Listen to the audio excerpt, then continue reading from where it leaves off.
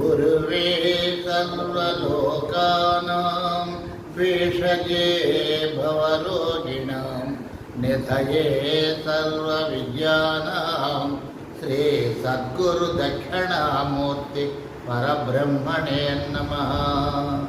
దయచేసి వినండి. మనము 84 లక్షల జీవరాశుల్లో గొప్పదైన ముఖ్యమైనటువంటి మానవ జన్మ. ఈ మానవ జన్మతో మాధవుని తెలుసుకుని పరమార్థం పొంది మళ్ళీ మళ్ళీ జన్మలు లేనటువంటి జన్మరహితం మోక్షం పొందేటటువంటి మార్గం నడుచుకోవాలి. మానవ జన్మకి ముఖ్యమైన సాధనం అది. మిగతా జన్మలు దేవుడన్నా భగవంతుడన్నా భక్తి అన్నా వాడికి ఏం తెలియదు. ఈ మానవుడికే చెబితే వింటాడు, గ్రహించి మార్చుకుంటాడు తన ప్రవర్తన. కాబట్టి అసలు ఏం జరిగిందంటే సృష్టిక్రమం మానవుడు ఎలా వచ్చాడో చూడండి. మొట్టమొదట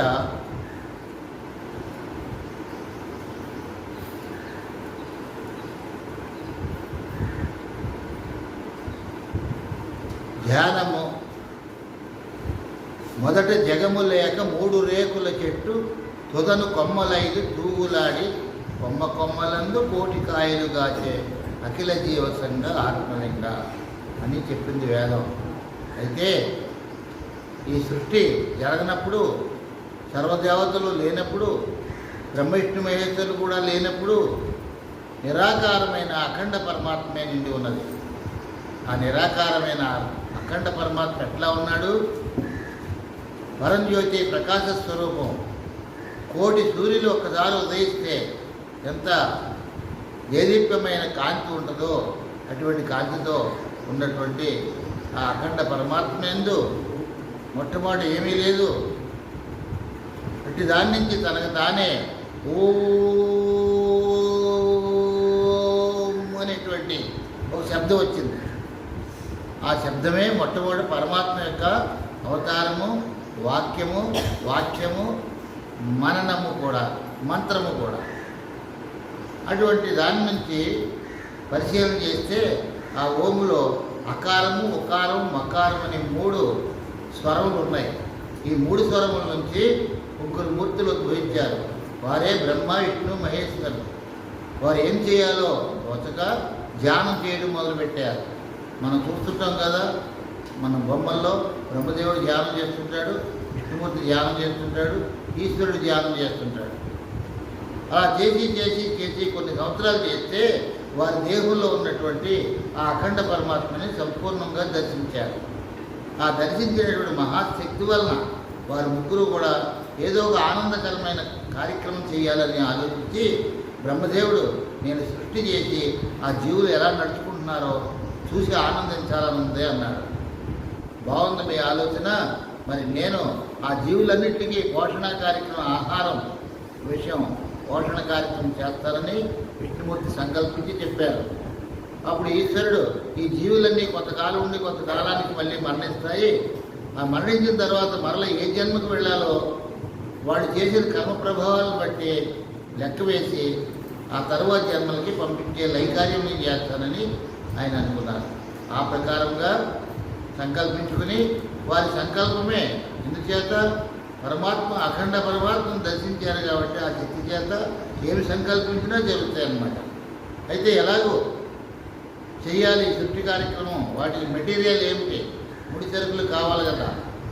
నగలు చేయాలంటే బంగారం కావాలి, మరి ఫర్నిచర్ చేయాలంటే కట్లు కావాలి, కొండలు చేయాలంటే మట్టి కావాలి, అలాగే సృష్టి చేయాలంటే వస్తువులు కావాలి కదా అని అలా సంకల్పించారు.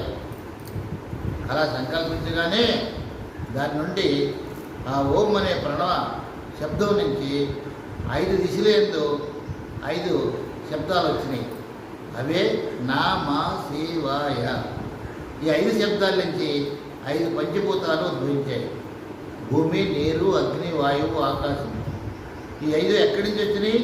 ప్రణవ పరమాత్మ నుంచి వచ్చాయి. ఈ 5 పరమాత్మ శక్తి ఉంటుంది.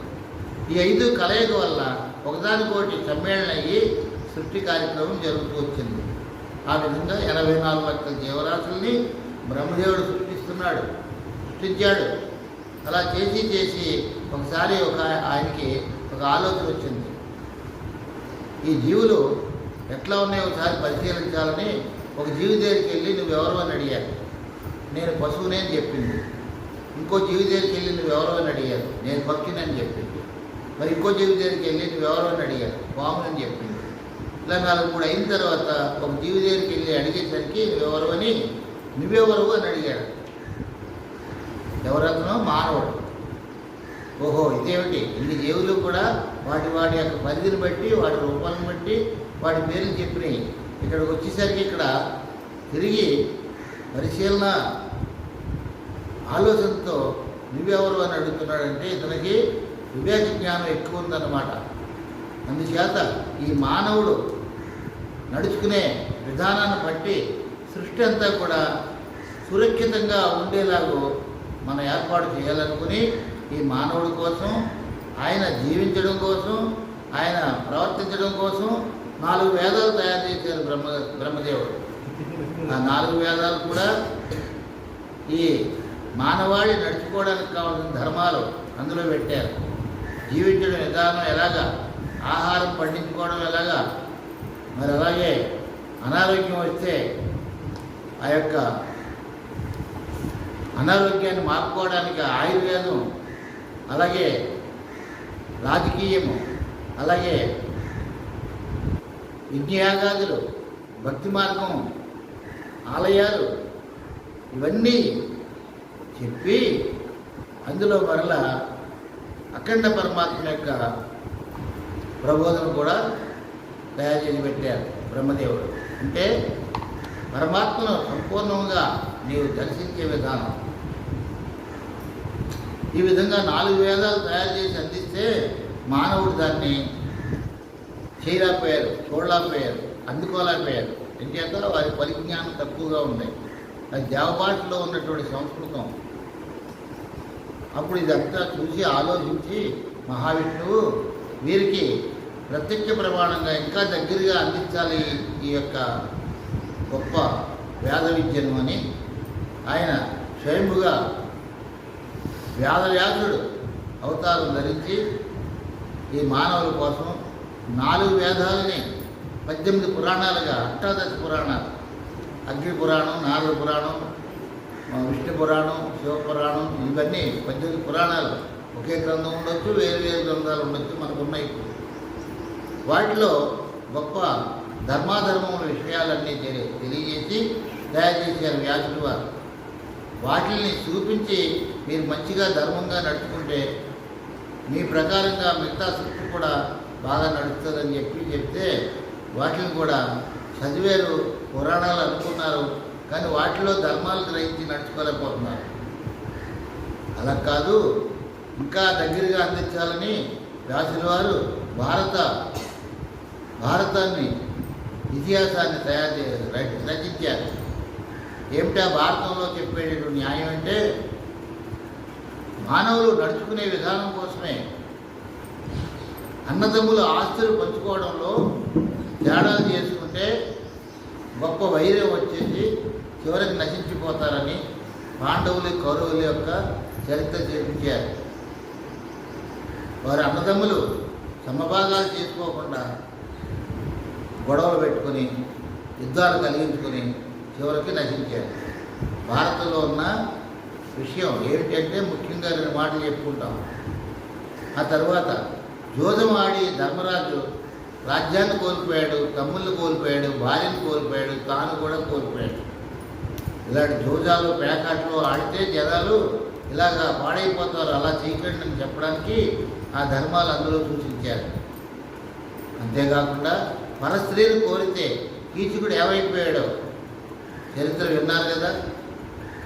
అజ్ఞాతవాసం చేసేటప్పుడు విరాట్ పర్వం అనే ఆ ఘట్టంలో మరి అంతఃపురంలో శైలేంద్రిగా ఉన్నటువంటి ద్రౌపదిని కీచకుడు కోరినందుకు ఏ విధంగా చనిపోయాడు, ఎవరు చంపారో తెలియకుండా పోయాడు. అలా పరస్త్రీలు కోరితే కనుక ఇలా జరుగుతుంది, మీకు కూడా ఇటువంటి గుణాలు ఉండకూడదు అని చెప్పడానికి ఈ విధంగా ఆ భారతంలో ఉన్న విషయాలన్నీ కూడా ఉంటాయి.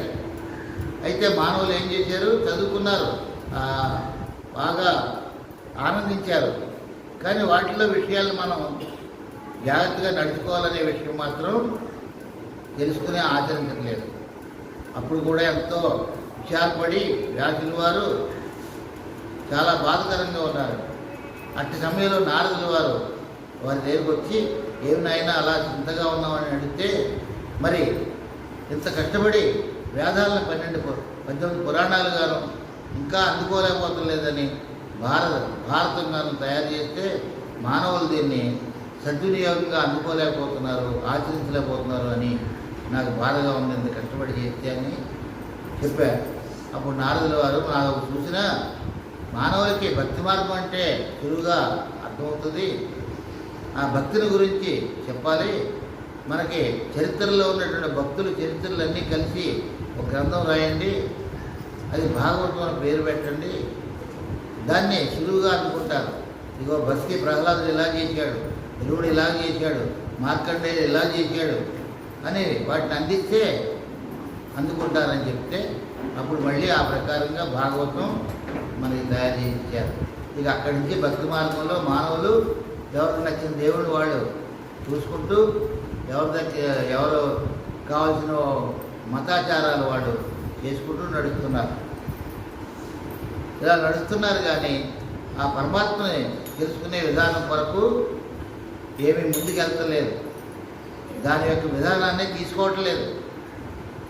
అప్పుడు పరమశివుడు ఆలోచించాడు, ఓహో బ్రతకడానికి నేర్చుకుంటున్నారు కానీ వీళ్ళు పరమాత్మను గురించి తెలుసుకోవడానికి నేర్చుకోలేకపోతున్నారని అప్పుడు ఆయన ఈ మానవులను ఉద్దేశించి ఒక గొప్ప సందేశాన్ని ఇచ్చాడు. కృతయుగంలోనే అది ఎలా ప్రారంభించబడ్డదంటే ఒక మహాశివరాత్రి రోజుని దేవతలు, మునులు, భక్తులు ఎంతోమంది పరమశివుడిని అమ్మవారిని దర్శించుకోవడానికి వచ్చారు. దర్శించుకుని ఎవరి స్థానంలో వాళ్ళు కూర్చున్నారు. అప్పుడు పరమశివుడు ధ్యాన నిమగ్నుడై ఉన్నాడు. ఆ ధ్యానంలో ఉండగా అమ్మవారు కూడా చూసి ఇదేమిటి ఇంతమంది పరమాత్మను మీరని దర్శించుకోవడానికి వస్తే ఈయన ఎవరి కోసం ధ్యానం చేస్తున్నారు, ఇదేదో తెలుసుకోవాల్సిన అవసరం ఉంది, నా కోసమే కాకపోయినా వీళ్ళందరికీ తెలియాలని చెప్పి ఆలోచించి ముమ్మారు ప్రదక్షిణ చేసి ఆ పరమశివుడికి మోకరిల్లి నమస్కరించుకుని కూర్చోంది. కొంత సమయానికి నేత్రములు ఇప్పి పక్కనే అమ్మవారు లేకపోయేసరికి ఎదురుగా ఉన్నటువంటి అమ్మవారిని చూసి ఆశ్చర్యపోయి ఏమిటి ఇలా చేస్తుంది పార్వతీదేవి అని అనుకుంటే, ఏమిటమ్మా అలా చేస్తున్నావు, నమస్కారం, ఏమిటి కారణం అంటే, స్వామి మీరే పరమాత్మని అందరూ దర్శించుకోవడం మీ దగ్గరికి వస్తే మీరు ధ్యానం కూర్చొని చేస్తున్నారు, మరి ఆ ధ్యానం ఎవరి కోసం చేస్తున్నారు, అదేదైనా మేము కూడా తెలుసుకోవాల్సిన ధర్మం అయి ఉంటే మాకు కూడా చెప్పండి, మేము కూడా అలాంటిది చేసుకుంటామని చెప్పారు. అవును పార్వతి, నిజంగా ధ్యానంలోనే పరమాత్మను తెలుసుకోవాలి. బహిర్గతంగా ఉంటే శరీర ధర్మాలు, మన ఎదురుగా ఉన్న రూప క్రియలు ధర్మాలు ఇవన్నీ ఆలోచనలు వస్తాయి. కళ్ళు మూసుకుని ధ్యానం చేస్తే తనలో ఉన్న మూడో నేత్రం తెచ్చుకొని తద్వారా పరమాత్మ సందర్శనాన్ని పొందుతుంది. అవన్నీ కూడా ఒక అనుభవజ్ఞుడైన గురువు ద్వారా నేర్చుకోవాలి. ఎవరికి వాళ్ళకే రావు, సద్గురువు చెప్పాలి, నేర్చుకోవాలి. అంచేత గురువుని గురు బ్రహ్మ, గురు విష్ణు, గురుదేవో మహేశ్వర, గురు సాక్షాత్ పరబ్రహ్మ, గురువు సాక్షాత్ పరబ్రహ్మ స్వరూపుడు వచ్చి మనకు చెబుతున్నాడని భావించి వారు చెప్పేటటువంటి ధర్మాలను వింటే మన శరీరంలో ఉన్నటువంటి పరమాత్మను దర్శించవచ్చు. మొట్టమొదటి మేము బ్రహ్మ, విష్ణువు, నేను ఎంతో కాలం ధ్యానం చేసి మాలో ఉన్న పరమాత్మను తెలుసుకున్నాము. ఆ తరువాత ఆ శక్తి చేత సృష్టి స్థితి లయం చేస్తున్నాము. మరి ఇప్పుడు మానవులకి ఆ పరమాత్మను తెలుసుకునే విధానం అందించాలని సంకల్పంతో 4 వేదాలు సృష్టించాడు బ్రహ్మదేవుడు. వాటిని ఉపయోగించలేకపోతున్నారు. అందుకని నేను చెప్పబోయేది ఏమిటంటే, సద్గురు అనుభవజ్ఞుడైన సద్గురువుని చేరి వారి దగ్గర మంత్రోపదేశం తీసుకుని దేనికి తనలో ఉన్న పరమాత్మను తెలుసుకోవడానికి ఆ మంత్రోపదేశం ద్వారా ఆ గురుదేవుడు చెప్పినటువంటి మంత్రం, మంత్రార్థం, మంత్రమూలం, మంత్రరాజ్యం, మంత్రస్థానం, మంత్రస్వరూపం, ఇన్ని విషయాలు ఉంటాయి ఆ మంత్రంలో. మంత్రం అంటే ఏవో మహిమలు అనుకునేరు కాదు, మన దేహంలో ఉన్న పరమాత్మే నామం. ఏమిటా నామం? మనం మాట్లాడుకుంటాం చూడండి, నేను వచ్చాను, నేను వెళ్ళాను, నేను ఉన్నాను, నేను తిన్నాను అని మాటిమాటికి నేను నేను అంటున్నాం. ఈ నేనన్నదే పరమాత్మ. ఆ పరమాత్మ యొక్క సంస్కృతంలో వాక్యం అది. ఆత్మ అనేటువంటిది సంస్కృత వాక్యం, నేనటువంటిది మనం మాట్లాడుకునే ఆత్మ. నేనన్నది ఆత్మే, ఆత్మ అన్నది నేనే. ఈ నిజాన్ని తెలుసుకోలేడు కాబట్టి దాంట్లో గొప్ప మరుగు పెట్టి మొట్టమొదటి పరమాత్మ నుంచి వచ్చినటువంటి ప్రణవం, ఓంకారం, అదే పరమాత్మ. అందుండే ఈ సృష్టి అంతా వచ్చింది, అందుండే మానవుడు వచ్చాడు. కాబట్టి ఆ యొక్క నిజస్వరూపాన్ని తనలో తెలుసుకోవడానికి, తన రకము, తన స్వరూపాన్ని తెలుసుకోవడానికి తారక మంత్రోపదేశం ఆ గురుదేవులు ఉపదేశిస్తారు. తారకం అనగా తన యొక్క స్వరూపం తెలుసుకోవడం. ఈ కనిపించే స్థూలదేహం కాదు, ఆంతరంగికంగా ఉన్నటువంటి పరమాత్మ, అదే నేను అని చెప్పబడింది. అటువంటి దాన్ని గురుదేవులు మంత్రం రూపంలో చెప్తారు. ఏమిటా మంత్రం? తారక మంత్రం. దాంట్లో నిగూఢమైన అర్థాలు ఉంటాయి. అది గురువు దగ్గర నుంచే రావాలి, శిష్యుడే వినాలి. అయితే అటువంటి గొప్పదైనటువంటి తారక మంత్రం గురుదేవులు మంత్రము, మంత్రార్థము, మంత్రమూలము, మంత్రరహస్యము, మంత్రస్థానము, ఆ మంత్రాన్ని ఎక్కడ జపించాలి, మంత్రస్వరూపం అంటే ఆ పరమాత్మ స్వరూపం నీలోనే. నేను 2 నేత్రములు మూసి 3వ నేత్రం తెరిపించి జ్ఞాననేత్రం ఆ పరమాత్మ స్వరూపాన్ని చూపిస్తారు. అటువంటి సద్గురువుల దగ్గర తెలుసుకోవాలి. చూపిస్తే దాన్ని చూస్తూ ధ్యానంలో కూర్చోవాలి. ధ్యానం అంటే ఏంటి? ఆ ఒక్క వస్తువే ఉండాలి. ఈ శరీరము, ఇతర గుణాలు, ఇతర ఆలోచనలు ఏమి ఉండకూడదు. అది ధ్యానం. అటువంటి ధ్యానంలో శరీరాన్ని మర్చిపోయినటువంటి నిర్గుణ మౌన ధ్యానం చేస్తే ఆ అఖండ పరమాత్మ 1000 సూర్యుల కాంతి ఒక్కసారి తిరిగిపడుతుంది. ఒకసారే రాదు, అనేక రోజులు చేయగా కొన్ని సంవత్సరాలు చేయగా పూర్తిగా వస్తుంది. కొద్దిగా పెరుగుతూ ఉంటుంది అనమాట ఆ యొక్క పరమాత్మ యొక్క నిజస్వరూపం. ఆ విధంగా గురువు ద్వారా తెలుసుకుంటున్నాం. కానీ దాంట్లో సరైనటువంటి ఆన్సర్ రావట్లేదు. ఆ నిజాన్ని తెలుసుకోవడానికి ఆ సద్గురు ద్వారా ఇంకా మరిన్ని పాఠాలు నేర్చుకోవాల్సి ఉంది. ప్రతి మానవుడు పుట్టిన దగ్గర నుంచి పెరుగుతూ ప్రపంచ విషయాలే నేర్చుకున్నాడు, కానీ పరమాత్మను తెలుసుకోవడానికి కావాల్సింది నేర్చుకోలేదు. పరమాత్మ విషయం నేర్చుకోవాలంటే ప్రశాంతత, నిర్మలత్వం, సహనము, ఓర్మి, కామక్రోధాలు లేకుండా ఇలాంటివన్నీ నేర్చుకోవాలంటే ముందే నేర్చేసుకున్నాడు ప్రపంచ విషయాలు. అందుచేత సద్గురువుని పరమ దైవముగా భావించి వారు చెప్పేటటువంటి ప్రబోధన విని ఆ ప్రకారంగా ఆచరించాలి అని చెప్పారు ఆ పరమశివుడు. అక్కడికి ఒక పాస్ట్ చేయండి.